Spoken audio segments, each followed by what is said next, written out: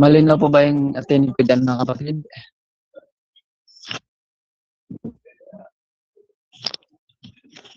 Okay, alhamdulillah wa sallallahu wa sallam wa baraka ala sayyidina wa habibna wa nabiyina wa rasulina Muhammad wa ala alihi wa sahbihi wa man tamassaka bi sunnatihi ila yaumil qiyamah. Amma ba'd. Assalamualaikum warahmatullahi wabarakatuh. Waalaikumsalam warahmatullahi wabarakatuh. Waalaikumsalam warahmatullahi wabarakatuh. Mashallah. So as of August 19, alhamdulillah, online lecture through Google Meet. Every Wednesday, nagbabalik po tayo, mga kapatid, sa Da'wah Comparative Religion. Inshallah. Muhadaratu abar internet likulli yawmil arbi'a fi mukaranatil adyan. Biitraf sister nagpasa sa akin ng link, Sister Fatima. At noon si Sister Mariam. Okay. Siyempre sa lahat ng mga admins at particularly kay Ustad Abu Mustafa. Okay. Kaya si anong pangalan na ni Ustad? Yung nagpasimuno. So nagbabalik po tayo, mga kapatid. Si Abu Ayman. Okay. So jazakumullahu khairal jaza, mga kapatid natin, sa inyo idagdag ang kabutihan sa mga gawain ganito, sapagkat sinisikap ninyo na may parating ang mensahe ng Islam sa ating mga kapatid na bagong Muslim. At sa pagkakaalam ko, sa Pilipinas, sa Taiwan, sa Middle East, diba? At saka ni-share din namin yung mga link o yung link sa mga grupo na aming mga new Muslim din.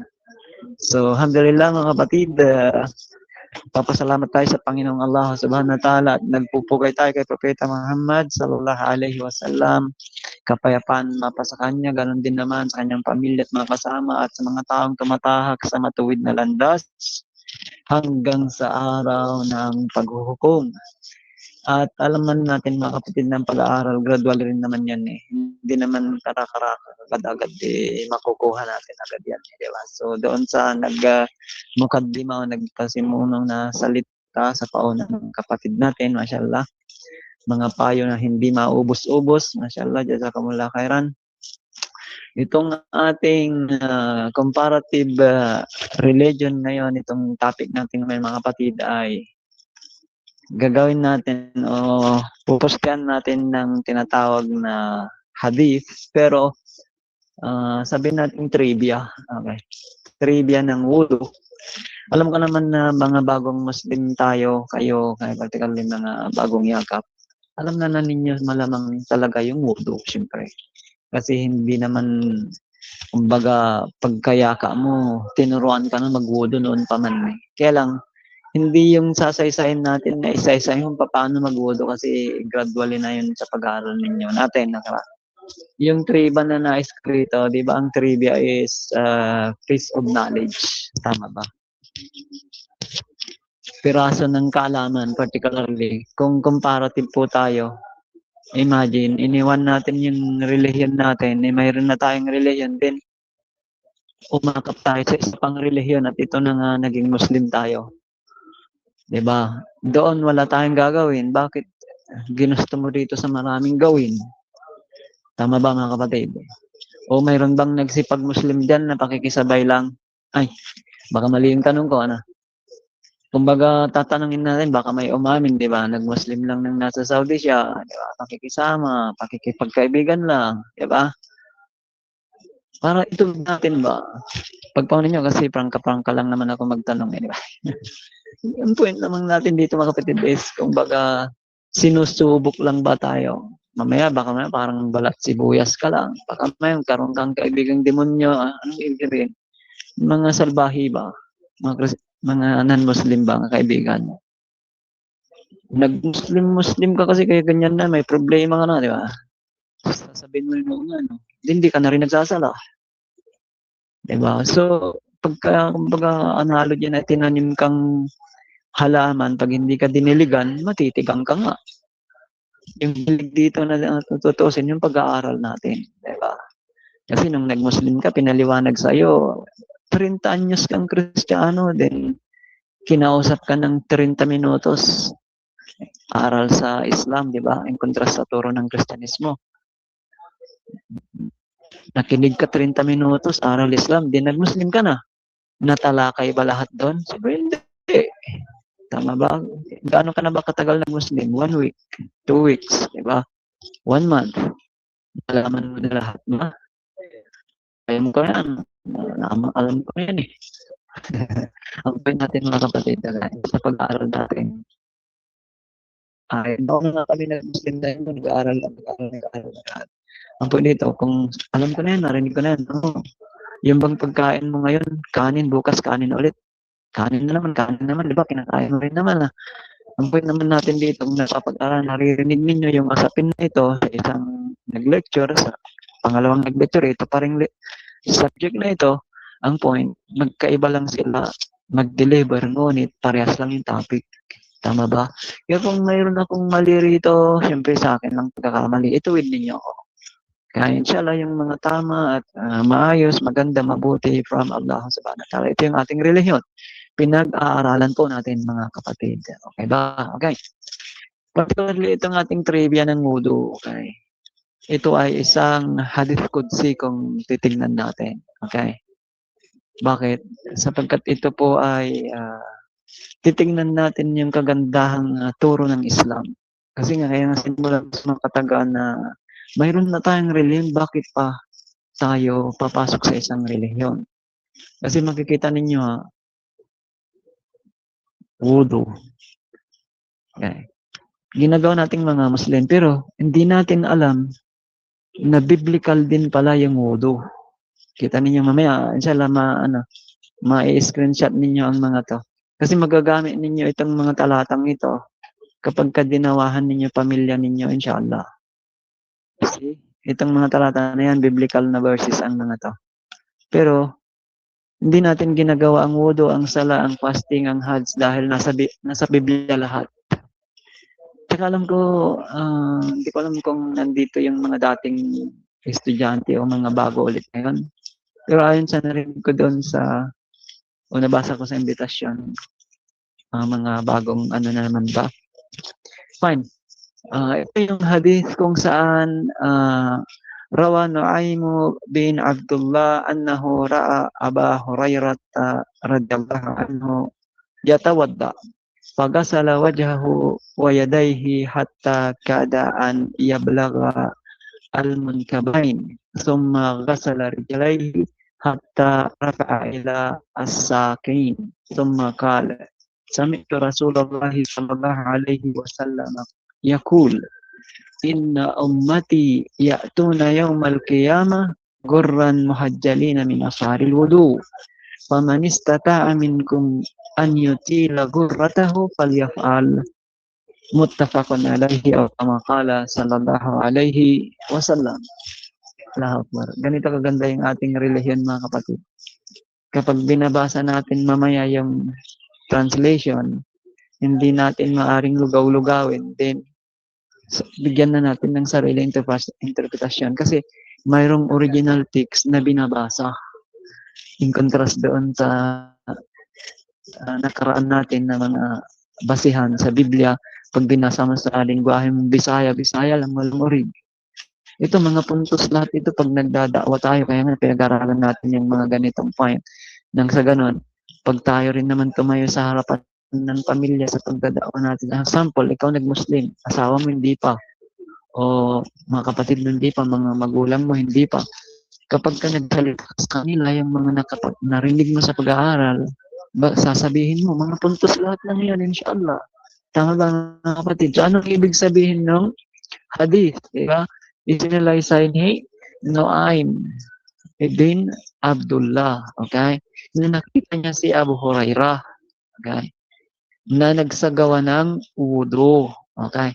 Hinugasan niya ang kanyang mukha. Okay? At mga kamay. Okay? Mga kamay, siyempre. Okay? Halos umabot sa kanyang balikat, sabi niya. 'Di ba kung dito hinuhugasan sabi, ilagpas mo hanggang siko. Kasigurang mabasa yung iyong um, siko, 'di ba? So halos maabot sa kanyang balikat. Parang ganun yung sinasabi doon sa hadith. Okay? Hinugasan niya ang kanyang mukha at mga kamay hanggang halos umabot sa kanyang mga balikat. Pagkatapos ay hinugasan niya ang kanyang mga paa hanggang umabot halos sa paghuhugas niya sa kanyang mga binti. 'Di ba pag hinuhugasan din ng ating mga paa, ipaabot sa bukong-bukong at ilalagpas mo pa dun sa kasiguruhan mabasa yung bukong-bukong. So, halos sa binti na nga. Tama. Bakit? Ano yung kasunod na sugnay ng hadith? So, pagkatapos ay sinabi niya, sino nagsalita? Narinig ko ang sugo, sabi ni Abu Hurairah. Narinig ko ang sugo ni Allah subhanahu wa ta'ala na nagsabi, tunay na ang aking umma ay darating sa araw ng pagkabuhay na maguli na may nagniningning na mukha at nagniningning sa mga kamay at paa bilang bakas ng kanyang wudu. Kaya sino man sa inyo ang makakayang pahabain ng kanyang ningning ay gawin niya ito. Ibig sabihin yung pagandahin pa, diba? Yung kanyang wudu, ayusin niya yung pag-wudu niya. Kasi tunay na ang aking umma, okay mga kapatid, sabi ng mga pantas, mga mufassirun, ito yung tinatawag na pamayanan, generation of the messenger since naisugo siya 1400 years ago, 1448 years ago, lunar kalendaryo. Kaya naniniwala tayo sa katuruan ng mga pantas, magsimula noon hanggang ngayon, hanggang bukas, hanggang sa huling araw, itinuturing na umma ng Propeta Muhammad sallallahu alaihi wasallam at ang umma ay nahati sa dalawa, ang Muslim at non-Muslim. Ummatud da'wa at saka ummatul ijaba. Ang tinatawagan pa lang, mga non-Muslim pa lang, tinatawagan sa Islam. Samantalang yung Muslim na yung tumugon na. Yung ummatul ijaba, kaya mga Muslim, alun. Bakit? Sapagkat tumugon na sila, kaya lang nangangailangan pa rin tayo ng pag-aaral pa rin. Kaya yung ummatul da'wa, maaring sasabihin na dinadawahan pa rin yung non-Muslim tungo sa Islam at dinadawahan pa rin yung Muslim tungo sa pagpapatuloy sa Islam. Katulad natin, nag-Muslim na tayo pero kailangan pa rin natin mag-aaral. See? Kaya ang point dito mga kapatid na sinabi ng Propeta sallallahu alaihi wasallam na narinig ni Abu Hurairah, tunay na ang aking umma. Okay? Nung mga nakaraan sa lecture namin sa hadith, every Thursday po yan. Okay? Mayroong isang hadith. Sa isang hadith, sinabi ng Propeta sallallahu alaihi wasallam, kullu ummati yadkhuluna al-janna illa man aba. Kila ya Rasulullah man ya'ba? Qal man ata'ani dakhala al-janna wa man asani faqad aba. Ang ibig sabihin ng hadith, lahat ng aking henerasyon, lahat ng aking umma, see? 1400 years ago hanggang ngayon, hanggang huling araw, lahat ng aking umma ay makakapasok sa paraiso. Tapos may sugnay doon, maliban sa sumuway. Sabi ng mga disipulos, ya Rasulullah, sugo ni Allah, sino yung mga sumuway na to? Mga tumanggi. Man ata'ani, sabi niya, man ata'ani dakhala al-jannah wa man asani faqad aba. Sino man sumunod sa akin ay makakapasok sa paraiso at ang tumanggi ay nabigo. Imagine, ang tanong, sumunod na ba tayo? Alhamdulillah. Nag-Muslim na tayo, alhamdulillah. Mula doon sa nakaraan natin na pananampalataya na sa paniniwalang saved by grace o kaya usas, once saved, always saved, na yung Diyos sa paniniwala mong konsepto ay maging ama, na maging anak, na maging tao, na ipako mo sa krus, kabilang ka, sa gusto mong mapako, kasabwat ka sa pagkapako ng Diyos mo, then pagpamanin niya. Para makapag-isip din naman yung mga tao, kasi minsan, mayroon kaming mga non-Muslim na nakikinig sa aming da'wa. Minsan natutulog yung nakikinig eh. Hindi naman bigyan ng biro para magising sila. Sa isang banda, para pag-isipan ng matino ba? Sa konsepto na ang Diyos, isa lamang, ilaho na wa ilaho kumwahid. Hindi yung sabi nila na iba Diyos natin, iba sa kanila, iba yung Hudyo, iba yung Hindus, iba yung Buddhist, iba yung Kristiyano, edi ang daming Diyos. Di ba? La ilaha illallah sa paniniwala natin. Walang Diyos maliban kay Allah. So, ilahuna wa ilahukum wahid, nasa Quran din naman na ang Diyos namin at Diyos ninyo, sinabi ng Propeta Muhammad, at ito ay nasa Quran. Pag binabasa natin, so sinasabihan tayo ni Allah subhanahu wa ta'ala, ilahuna wa ilahukum wahid, ang aming Panginoong Diyos ay Panginoon nyo rin. So yung isang Diyos na ito, sa konsepto ng paniniwala natin, tayo ang tama. Samantalang yung kanila yung non-Muslim na yun. Kahit ano ng pananampalataya nila, basta non-Muslim, mali ang kanilang konsepto ng paniniwala. Sa Christianity paniniwala, pinaniniwalaan nila na ang Diyos na isa ay naging tatlo, no? Na naging isa, na naging tatlo, na hindi mo malaman kung alin talaga. Na ipinako sa cross, na naging ama, na naging anak, na ipinako sa cross. Then, pag naniwala ka doon, maligtas ka na. Wala kang gagawin. Tinanong ko nga yung pastor kausap namin, Pastor, nung namatay si Jesus dahil siya yung Diyos mo, sino bumuhay? Nga si pastor eh. Hindi niya masagot eh. Diba? Tama rin naman eh. At saka yung paniniwala natin noon na kung tingnan mo kasi kung comparative tayo sa isang banda, kung sila noon ay naniniwala, tayo noon, okay, na ang Diyos ay naging tao, kasi yung 3 na isa na 3, tatlo na isa na tatlo, di ba?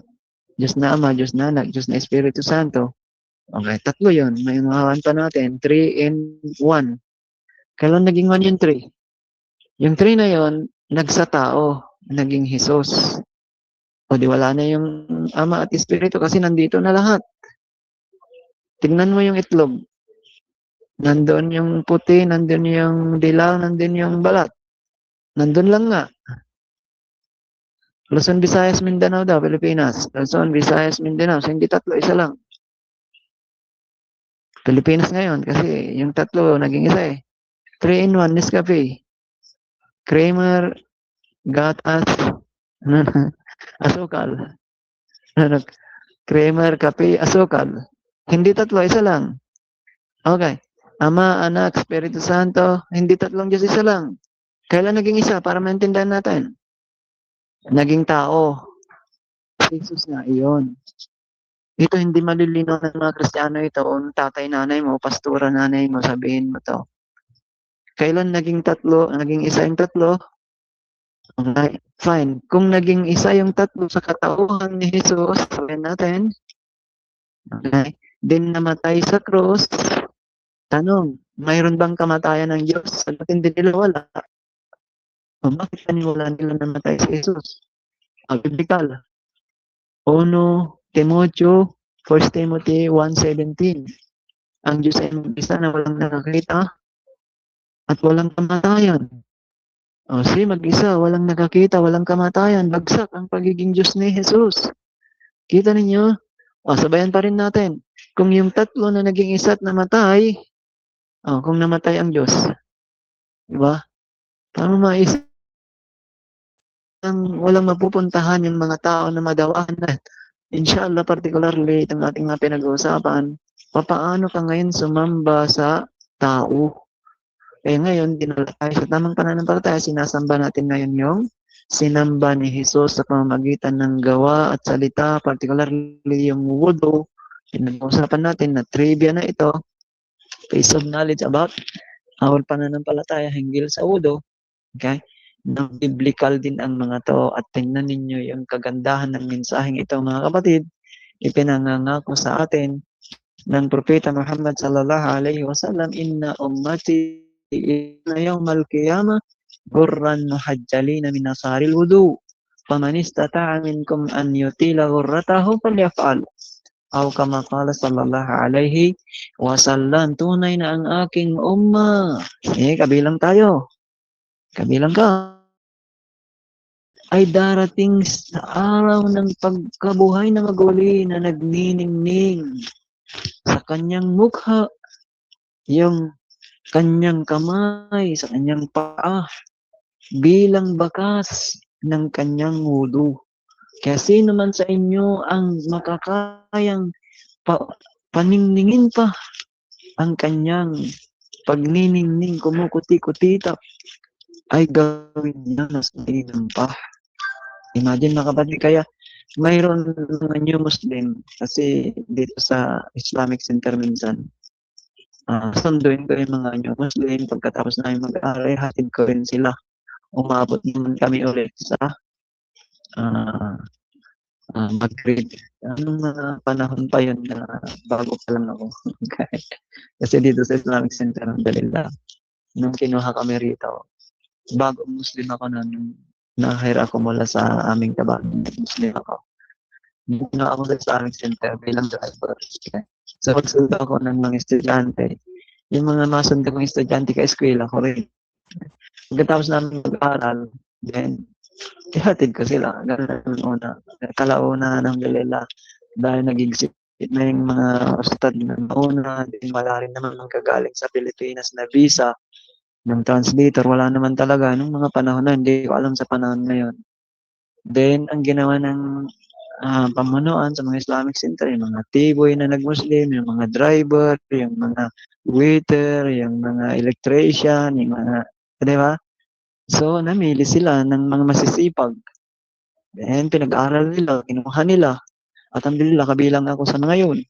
Allahu Akbar. So, pinag-aral kami ng Islamic Center. Then, ang point, ito nga yung kwento ko, sabi ng aking mga kaklase, huwag na tayo mag-udo sa kanila. Nag-udo na tayo kanina eh. Imagine. Kaya pag nadaanan namin halimbawa yung mga talyer, then maghihiyaan sila. Mamaya, makadaan na habang nasa sasakyan, nag-iikot, naghahatid. Oras na ng Maghrib. Then nagsisipag sila na, hindi nag-wudo kasi wala pa nang alam eh. Kaya nga nag-aaral tayo, bakit? Ang wudo ay kondisyon sa ating sala. Tama ba mga kapatid?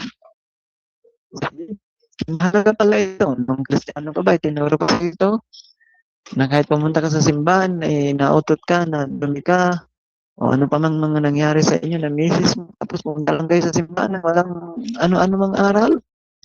Pero ngayon, hindi ka po pwedeng magsala maliban ikay malinis, di ba? Kung kinakailangan mo maggusol, di ba?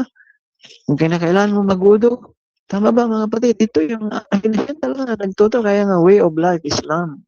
Di ba? Ultimo pagsuot mo ng iyong damit ay tinuturuan ka, pagsubo mo ng pagkain mo ay mayroong katuruan sa Islam, particularly ang mga gawain na ito. Di ba? So, ang makukuha natin dito particularly ay pag-igihin natin yung ating mga ginagawa. Hindi yung pakitang kaibigan lang, tao lang, di ba? Hindi pakikisama lang. Kaya ngayon, bungad natin na yung nagsipag-Musliman lang ng kunyari, ang ating intention mga kapatid ay ano po yan, yung bang renewable. Okay? Lillahi subhanahu wa ta'ala. Alawin ta, sayang pagod mo kung nakikisabay ka lang. Okay? Kailangan tunay, tapat, wagas, totoo. Batid ng Panginoon na sa puso natin. So, i-renew natin ang ating mga intention, lillahi subhanahu wa ta'ala. Kasi walawin ta na nagpapapagod ka sa iyong mga gawa in particular. Kung pumasok ka lang halimbawa doon sa Google Meet link para screenshot mo, para ipakita mo kay sister, dahil ang requirements mo kailangan maka-attend ka man lang consecutive mga ilang meeting sa online. So imagine, dahil para makuha mo yung certificate mo, dahil mag-aasawa ka nga, kulit naman, grabe naman, makatao lang ba? Uy, wala naman akong pinariringgan sa inyo, kaya lang kung kayo nakikinig eh. Kaya kung may natatamaan, may ilag-ilag din, okay? Ang atin lang mga kapatid, baka mamaya may mali intention sa pagmumuslim, okay? Kasi alam naman natin, pag nakakilala ka ng white lady, pakasalan mo na, di ba? Parang sa Pilipinas lang, pag nakatagpo mo sa daan, tawag dito, mag-live-in na kayo. Eh, dito sa Saudi Arabia, hindi po pwede kasi kailangan magkaroon ka ng marriage contract. Hindi kayo makakapag-hotel, hindi kayo makakaupa ng bahay. Maliban, may requirements kayo. Kaya kailangan yung magkunyari na nagpakasal. So, kailangan mo ng certification. Kaya, Ustad, mag-Muslim ako. Asyhadu an la ilaha illallah, asyhadu anna Muhammadan Rasulullah. Welcome bro. Embrace. Muslim ka na. Ba?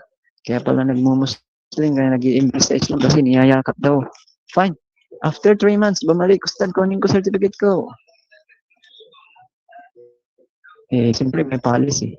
Kailangan ibigay niya yung sagot ng tanong. Basahin mo Al-Fatiha, diba?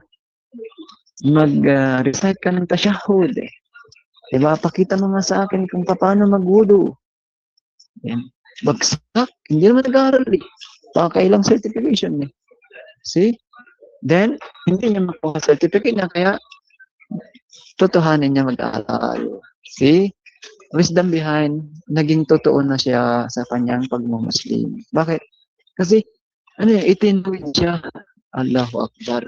Ito yung paraan na tinawag tayo ng mayroong kanya-kanyang kisa o kwento. Particularly, renewable ang ating intensyon, gawin natin billah subhanahu wa ta'ala kasi wala rin buwinta, innamal a'malu binniyat wa innamal likulli imri'in ma nawa.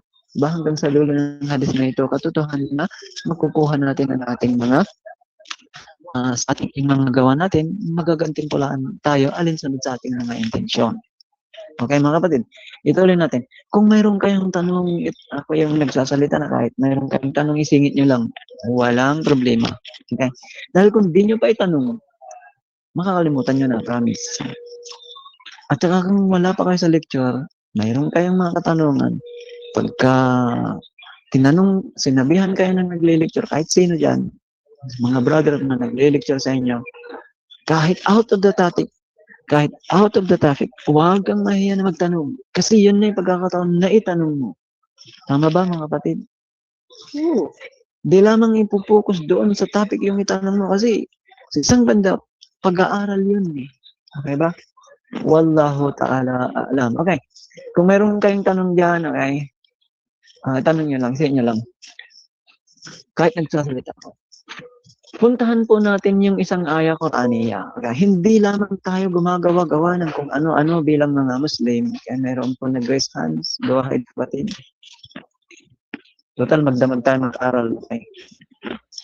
Assalamualaikum, brother and sister. Tanong lang po ako. Waalaikumsalam. Di ba po sabi mo, Kapatid. pag dapat yung bukal sa loob yung pag Muslim. Pag Muslim. Paano po yung mga anak ko, yung kapatid ko, ayaw nila ako tanggapin bilang Muslim. Nandito po ako sa Saudi. Pag po ba ako, pag umuwi po ba ako, pa rin po ako, Muslim pa rin ba ako or hindi na? Okay, mashallah. Nagulat yung mga smiley sa tanong mo, sister. Okay? Siyempre, ang nagtatanong, alhamdulillah, congratulations sa tanong. Okay? Lahat naman nasasagot ng mga kapatid sa sarili nila. Sa tanong ni kapatid, pag umuwi ba ako, sabi niya, Muslim pa rin ba ako? Sentido ko mo naman, sister, Muslim ka pa rin. Bakit? Kasi ang pagmumuslim natin, hindi lamang nasa Saudi tayo, magkikisabay tayo. Hindi. Ang word na Muslim is the one who fully submits himself or herself to the will of Allah. Saan ka man mapunta, nandito pa rin tayo sa mundong ito, di ba? Baka hindi pa tayo namamatay, may Diyos pa rin tayo na hindi kilala, di ba? Yung simula natin, ilaho na wa ilaho kum wahid. Siya si Allah subhanahu wa ta'ala. So kung tumatalima ka pa rin hanggang doon, syempre, gawin mo pa rin yung sala. Anong punto? Al-ahdul ladhi bainana wa bainahum salah. Sabi ng Propeta peace be upon him. Samantala kahafat kafara. Ang pagitan natin at sa kanila, natin sabi ng Propeta sa mga disipulos, ay yung salah. Ang mag-iwan ng sala ay hindi Muslim, hindi mananampalataya. Kaya kung Muslim ka rito sa Middle East, nag-Muslim ka na, din pagdating mo sa Pilipinas, Muslim ka pa rin ba? Yes, gawin mo pa rin doon yung katunayan na Muslim ka. Ano yun? Yung sala mo, yung fasting mo, yung pagtatalukbong mo, pag-iwas mo sa kasalanan. See? Kaya nga nag-aaral tayo, kapatid. Okay? Magpapatuloy ko, kapatid. Okay? Kahit anong dumating, yung bungad natin kanina, kung mayroong demonyo kang kaibigan, ng mga marites ba, mga chismosa, o kaya nagpamanhin kasi hindi natin maiwasan ito kahit nakapwa-Muslim. Diba, minsan, isang banda, marites din di ba? Ngayon, kung may mga non-Muslim kang kaibigan at dumating sa iyo yung suliranin na problema kasi Ida ahabballahu abdan ibtalah. Sabi ng hadith ng propeta, kapag mahal ni Allah subhanahu wa ta'ala, minahal niya yung isang alipin na to, bibigyan siya ng pagsubok. Tama lang eh. So, may suliranin darating halimbawa para subukin ba kung gaano ba katatag tayo. Then, siyempre, grabe pag may problema. At sasabihin sa'yo ng mga demonyo ba? Demonyo kasi nanguudyok na mali. Nag-Muslim ka kasi, kaya ganyan na yung problema mo ni. O di, dahil di ka nag-aaral, tatamlay ka na rin. Hindi ka na rin magsasala, hindi ka na rin magpapasting. Para iso mo na yung daigdig kasi gawin mo na rin gusto mo eh. O di, talo ka. So, Muslim ka pa rin ba pagka nasa Pinas ka? Ang sagot, yes. Mo, dalangin natin. Rabbana la tuzigh qulubana ba'da idh hadaytana wa hab lana min ladunka rahmatan innaka antal wahhab. Sabi ng Panginoong Allah sa Quran. Okay? Yung dua ng propeta khatmin al-Quran, o aming Panginoon. Pagkatapos mo po kaming magabayan sa iyong pananampalatayang Islam sa pagiging Muslim namin, magkaroon man kami ng problema o suliranin sa buhay, ay wag mo kaming hahayaan lumabas mula sa iyong awa. So imagine, itinuro ng propeta yun, mula sa Quran yun, salita ng Panginoong Allah subhanahu wa ta'ala, sa dua ni Propeta Muhammad. Kaya saan man tayo mapunta kapatid, anumang problemang darating, yung pamilya mo na hindi tumatanggap na nag-Muslim ka, inshallah, dalangin mo sa Panginoon. Sana maintindihan kanila. Diba? Wa andir ashiratakal akrabin. Sabi ng Allah subhanahu wa ta'ala kay Propeta Muhammad, ayah Qur'aniyah. At alalahanan mo ang iyong malalapit na mahal sa buhay na kamag-anak. Ikaw palang Muslim sa buhay, sa pamilya nyo. Ngayon pa lang, mag-share ka na sa kanila. Sa asawa mong galitin, hindi ka niya masampal ngayon dahil malayo siya. Galit na galit ka, Muslim ka. Magsimula ka na ngayon na mag-share ng message. Pag may nakita ka ng mga videos o mga written Islamic message, isang click mo lang sa Facebook. Ang mahirap kasi yung Facebook ninyo, natago ninyo kasi ang papangit ng karga. Accountable tayo mga kapatid.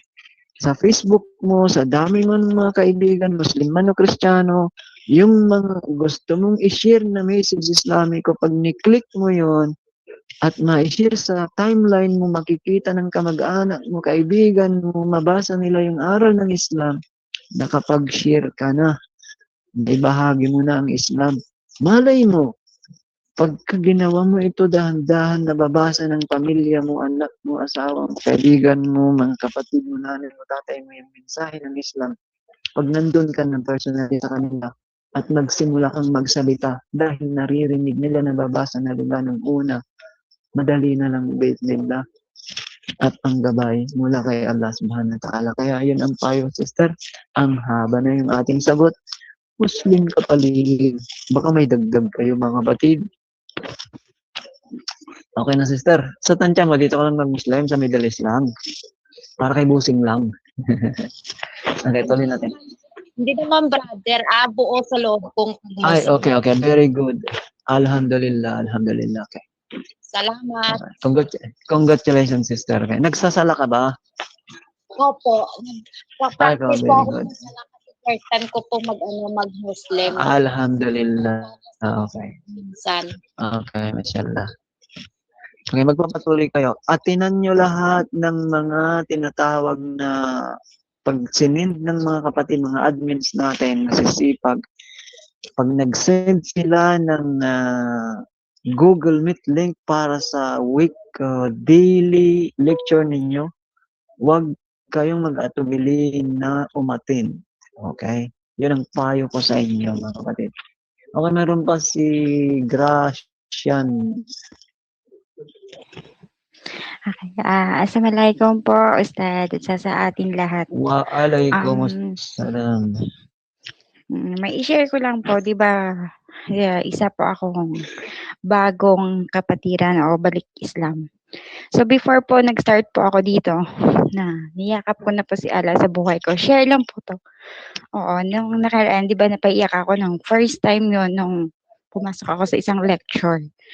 Na, di ba yung problema ko, regarding sa hindi po ako nauunawaan ng family ko sa lahat. Ginudge ako, pinut down ako. Okay, Grabe okay. yung Okay, yung okay, panghamak sister. nun. Sister, Oo. sandali lang kapatid. Okay. May panyo ka ba dyan? Kasi Hindi po mag-iyakan na ako, tayo hindi dito. po ako. Hindi, Hindi po ako wag naiyak. muna, wag ka muna mag-testimony. Magkakaroon din tayo ng testimony, sister. Ipagpamanhin mo. Oo. Ay, sige po, Wag, sige po. iiyak ka rin naman dito eh. Ayaw natin umiyak dito, kapatid. Ay, hindi po ako iiyak na. Saka, Alhamdulillah. magkakaroon tayo ng testimony, kapatid. Okay? Okay. Ipagpamanhin mo. Kasi iiyak na tayo nito, sister.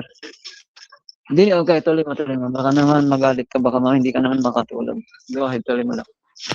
Hindi po, hindi po ako iiyak, pero worth it po lahat. Alam mo po yan, Ustad. Diba na-enlightened ako? Tapos, ibinahagi ko sa Alhamdulillah. kanila ng paunti-unti at pinagduwa ko na rin po na sana matanggap nila bilang ako yung kung ano akong meron sa ngayon. And thankful ako paunti-unti dahil natatanggap na hindi na nila ako yung parang ginudge. Na-enlightened na rin po sila at alhamdulillah, mashallah na naging okay na po ang lahat at naipaliwanag ko kung gaano po pala kabuti yung gawa ni Allah para sa akin at sa pamilya ko ngayon. Kaya thankful po ako na na-enlightened at napaliwanagan ko rin ang family ko at isa na rin po ako sa kanila na nag-share po kung ano po yung sinasabi ni Allah para sa katauhan. Thank you lang po. Thank you, Ustad. Na-share ko lang sister. po to. Hindi na po. Congratulations. Okay. Okay, ramdam ko. Okay, maluwag na yung post mo. Nung kanina, nagsisimula ko, iiyak din ako. Okay. Congratulations. Okay, magkakaroon tayo ng mga tinatawag na, kay admin, kung may mga ibang oras sila, kukunin niyo po yung testimony ng mga kapatid. Maganda po yan para sa da'wah, di ba? Halimbawa, testimony ng mga new Muslim. So magkakaroon kayo later on, inshallah. Maganda rin at nagagawa yung ganyan kasi may idea yung mga nag-organize. O pang gawin instrumento yan, inshallah, para kasi sa social media, nagsasalita rin naman kayo. Da'wah yun eh, di ba? Fine, magpunta tayo sa pag-aaral natin. Okay, congratulations. Hindi tayo gumagawa ng anumang gawain na solo-solo lamang nating kundi itinuro ng Propeta Muhammad sallallahu alaihi wasallam at higit sa lahat inutos ni Allah subhanahu wa ta'ala. Ito yung mga argumento na kung saan puntos na dapat makita natin, mga kapatid. Okay? Yung ginawa natin sa ating bagong magsala na wudu kung tawagin. Okay? Wudu, di ba? Actually, itong salita na wudu, Tagalog na rin to eh. Bakit kanyo? Nag-uusap kami, mag-wudu lang ako. Tagalog na, di ba? So itong wudu na ito, mga kapatid, ay nagsimula sa aya ng Quran. Okay? Sa Quran 5:6, okay? Utos sa atin ng kataas-taasang Allah subhanahu wa ta'ala. Pero ang hadith na binasa natin, okay? Elaboration o interpretation ng Quran. Tandaan niyo po ito. Ang Quran, salita ng kataas-taasang Allah subhanahu wa ta'ala, pure, walang ibang nagsalita. Kung narinig niyo dyan na Rabbi innahunna adlalna katsiran minan nas faman tabi'ani fa innahu minni. Sabi ni Abraham. Isipin ba natin nagsalita rin si Abraham Quran? No, salita po ni Allah subhanahu wa ta'ala 1400 years ago kay Propeta Muhammad. Pinanaog kay Propeta Muhammad, pero sa Lawhim Mahfud nandun na 50,000 years before the creation. See?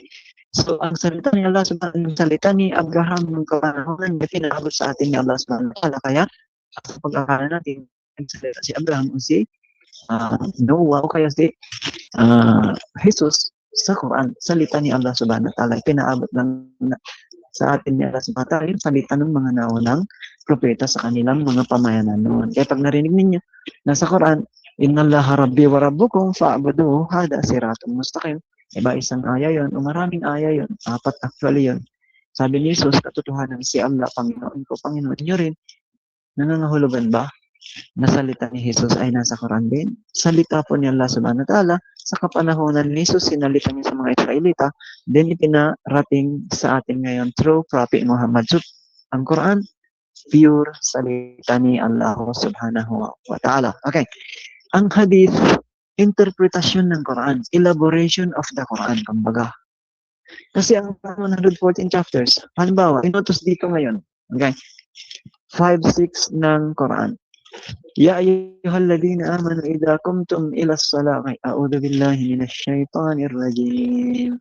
Pagka binabasa daw natin yung Quran, okay, ay magpakupkup na tayo kay Allah subhanahu wa ta'ala, okay? Laban sa isinampang Satanas. Idza qara'tal Quran fasta'id billah. Okay, sabi ng propeta sallallahu alaihi wasallam. Okay. Okay. A'udzu billahi minash shaitanir rajim. Ya ayyuhalladhina amanu idza qumtum ila as-salah faghsilu wujuhakum wa aydiyakum ila al-marafiq wamsahu bi ru'usikum wa arjulakum ila al-ka'bayn. Puputulin natin dito kasi nandyan din na naman yung punto. Okay? O kayong mga mananampalataya, sinong kinakausap? Ikaw, ako, tayong lahat na naniniwala. Alin? Yung 6 fundamentals of faith. At marami pa, pero particular, mayroon kasi tayong 5-6. Diba? Hindi ito Bombay. Okay? Yung 5-6 na dito natin, yung 5 pillars of Islam, then 6 fundamentals of faith. Okay? Kaya dito, antanin nyo ha, kayong mga mananampalataya. So, sino kinakausap? Tayong mga Muslim. Kung ikaw mananampalataya ka, kinakausap ka rito. Okay. Idza kuntum ila as-salah faghsilu wujuhakum. Kapag itatan ninyo ang sala ay hugasan ninyo ang inyong mga mukha. Okay. Wa aydiyakum ila al-marafiq. At ang inyong mga kamay hanggang sa siko. Wamsahu biru'usikum wa arjulakum ila al-ka'bayn. At punasan ninyo ang inyong ulo at ang inyong mga paa hanggang sa bukong-bukong. Fine. Kung ginagawa mo ito, bakit? Dahil inutos ito ng Allah subhanahu wa ta'ala at inilabot ito ni Propeta Muhammad sallallahu alaihi wasallam kung paano gawin. Kaya lang, siguro hindi naman maaga pang natalakayan natin ngayon yung bakit pinupunasan nila yung paa nila.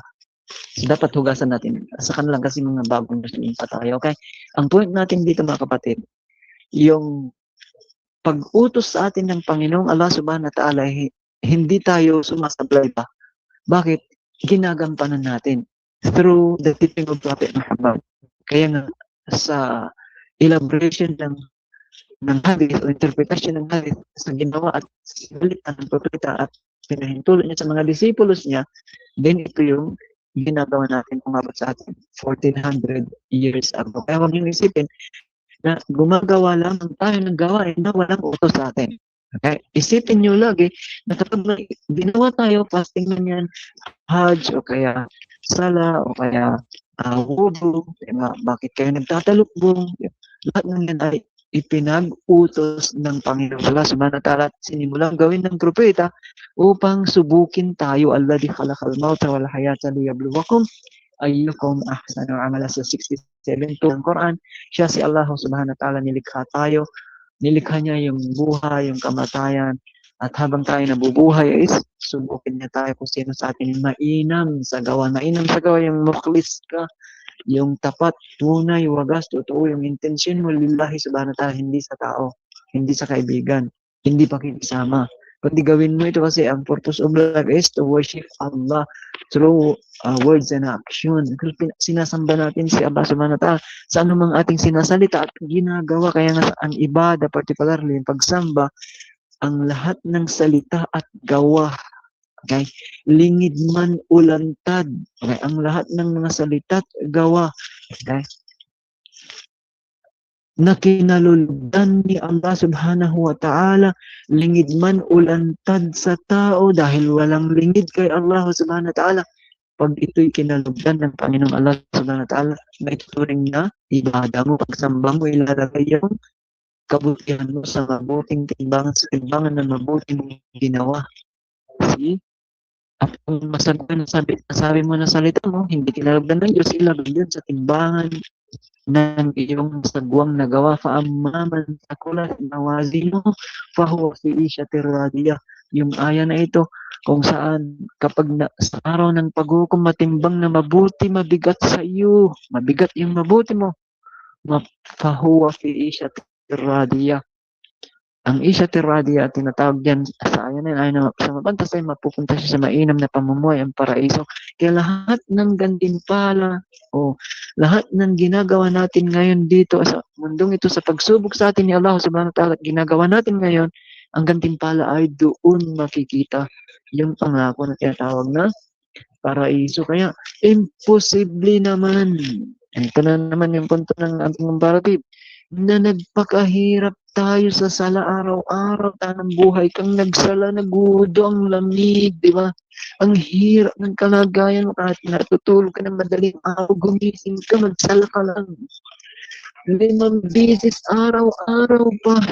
Ang Ramadan taon-taon na fasting ka isang buwan, hirap gutom ka, ang daming pagkain.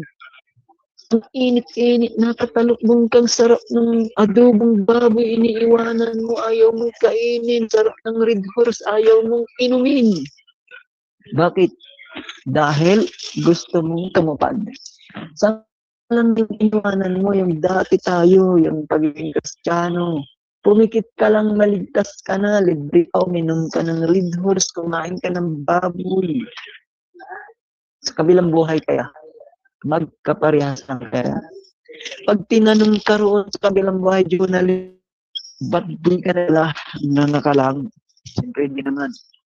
Ba't di ka nag-fasting? Kaya nga minsan mayroon kaming new Muslim pag offline lecture namin. Ano bro? Sa tansya mo, pag uwi sa Pilipinas, balik ka ulit sa datay. Pag-isipan pa daw niya. Okay. Yung payo natin mga kapatid, binibiro man kayo sa isang banda. Okay? Makukuha ninyo yung punto natin. Okay? Ano man darating mga suliranin sa buhay natin, wag ninyong iiwanan na ang pagiging Muslim. Bumalik man tayo sa Pilipinas, okay? Bumalik ka sa pamilya mo. Kung hindi ka na magbalik dito sa Middle East o sa ibang bansa, mag-exit ka na, final exit ka na, huwag kang mawawala sa Islam. Mawala na ang lahat sa buhay mo, wag lang Islam. Ano naman winta kung nawala mo lahat sa buhay o kaya nawala mo yung Islam tapos maligaya ka naman. Tama ba? Fine. Ito na yung tinatawag natin trivia rito mga kapatid. Tingnan nyo lang kasi pagka nakausap natin sila, yung ating mga kamag-anak, ganito nyo sabihin sa kanila, paano nyo sabihin? Nandyan din naman sa Biblia yung wudu, ablution. Bakit hindi nyo ginagawa? Exodo 40, 31, 32. Gamitin ninyo yung ADB, ang dating Biblia. Sina Moses at Aaron at ang kanilang mga anak ay naghuhugas ng kanilang mga kamay at mga paa roon. 32. Kapag sila ay pumapasok sa tuldang tipanan, tabernakulo kung tawagin. Okay. Bago lumapit sa dambana, sila ay naghuhugas gaya ng iniutos ng Panginoon kay Moses. Kung titignan natin ito kasi wala namang orig na Biblia, bago sila pumasok sa bahay dasalan. Okay? At least makikita rito sa talatang ito biblical sa Biblia, hindi. Kaya nga inuna natin yung talata ng Quran, inutos na sa atin. Kasi na kung parang pag-utos ng fasting na inutos din ng mga nauna sa atin, kaya inutos na sa atin ngayon na pagka-utos din sa kanila noon. So ganun na ganun din ito. Inutos sa atin ngayon na pagka-utos din naman sa kanila noon. Kaya sabi ng propeta sa isang hadith, kung anong inutos sa akin, inutos na rin sa mga nauna sa akin ng mga propeta rin. Tama lang kung titingnan natin ang lahat ng to sa Matthew 5:17 hanggang 18. Kaya tingnan nyo, balikan mo natin, Exodo 40, 31, 32. Sina Moses at Aaron at ang kanilang mga anak. Sige, naghuhugas din sila ng kamay paa.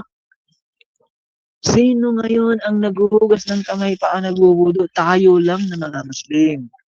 Dahil tayo ang nasa tamang landas, yung landas ng mga naunang propeta. Kaya doon sa Al-Fatiha, ihdinas siratal mustaqim.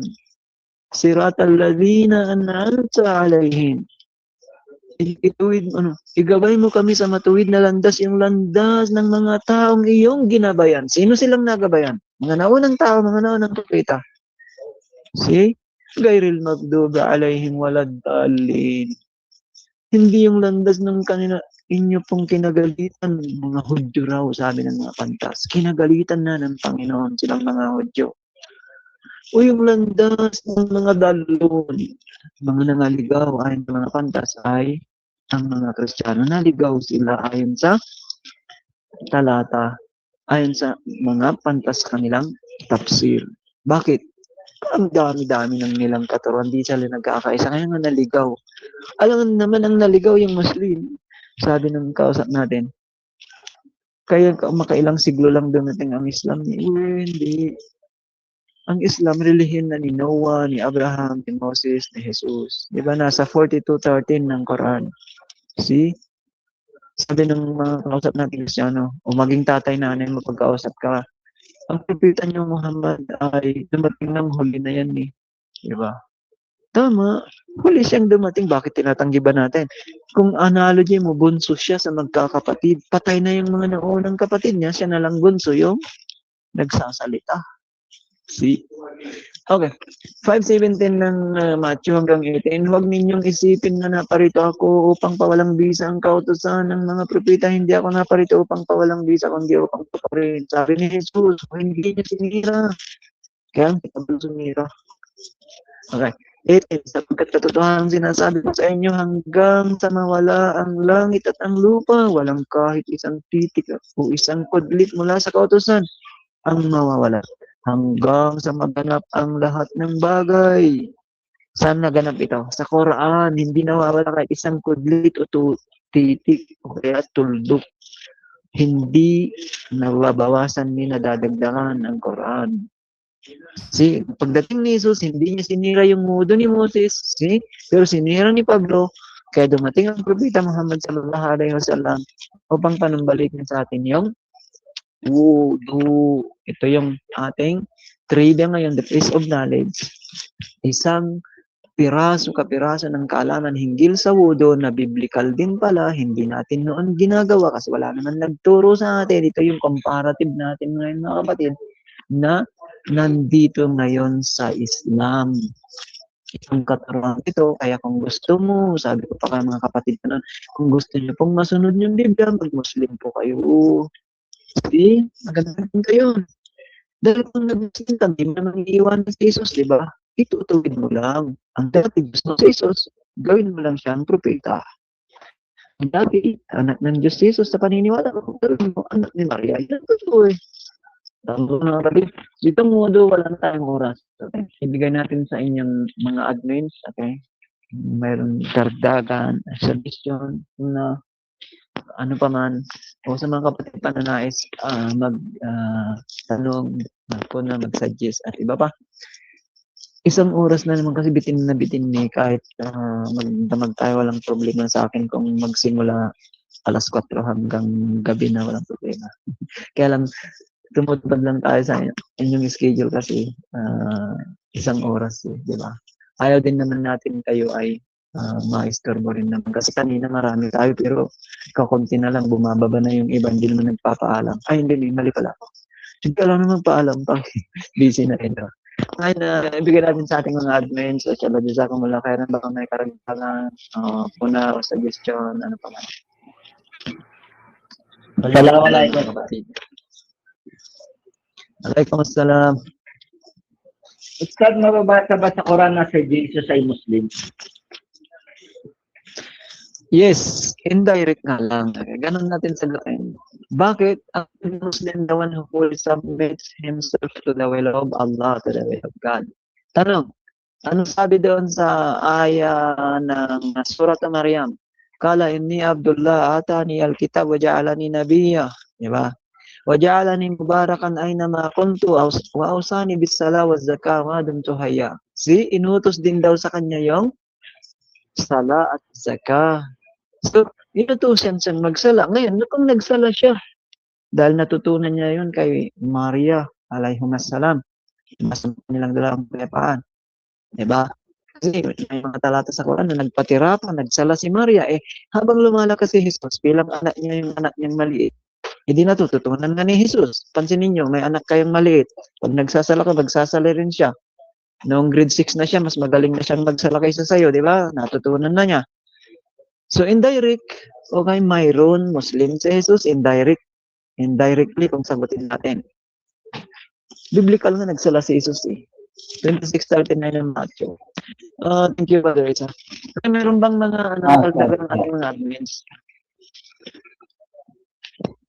Ubus na yung oras natin. Yung ating mahabang, yung nag-comments, di ko mabasa kung nasaan na yun. Ano bang iparating ng kapatid? Kung ikaw po ay nakapagsyahada na sa buhay, especially ang pagpasala,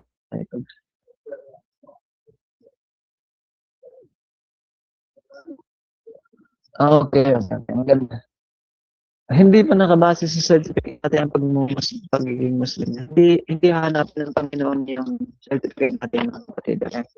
Bakit tayo magkakaroon ng certificate? Dito lamang sa kingdom, particularly.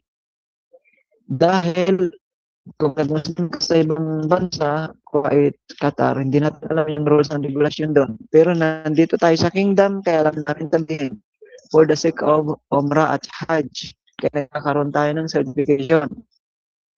Conversion into Islam. Okay. Another reason, wala na, hindi na. Ay, mangyari, magpakasal kayo, kailangan nyo yun. Pero primary, na reason bakit magkaroon ka ng certificate is mag-Hajj o Umrah. Hindi kayo issuean na tinatawag na tashri. Okay? Tinatawag na permit na Hajj kung wala kang certificate na yung ikama mo ginawang Islam. Dati gano'n talik kaya Masihi. Then pag mayroon kang certificate conversion into Islam, pag nirenew ikama mo, then gagawin na Islam. Ad-Diyana. Ang religion mo is Gairodalik, then gagawing Islam. Then kapag ka kinakailangan ng ministry para issuean ka ng tasri o kaya permit ng Hajj, then yung ikama mo kailangan Muslim, Islam siya. So yun yung